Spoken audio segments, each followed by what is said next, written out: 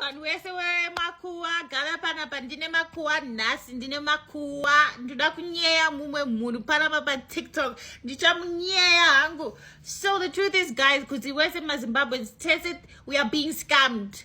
Tese we are being scammed by one mujama anouya panapa patiktok achinyepa kuti being Zimbabwean, and every time achiposta munomudya.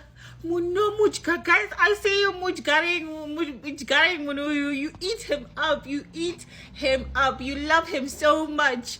Mufake Zimbabwean uyu mujama anouya patiktok achinyepa hake andisati ndabonzwa one word yeshona on the belly yichibva.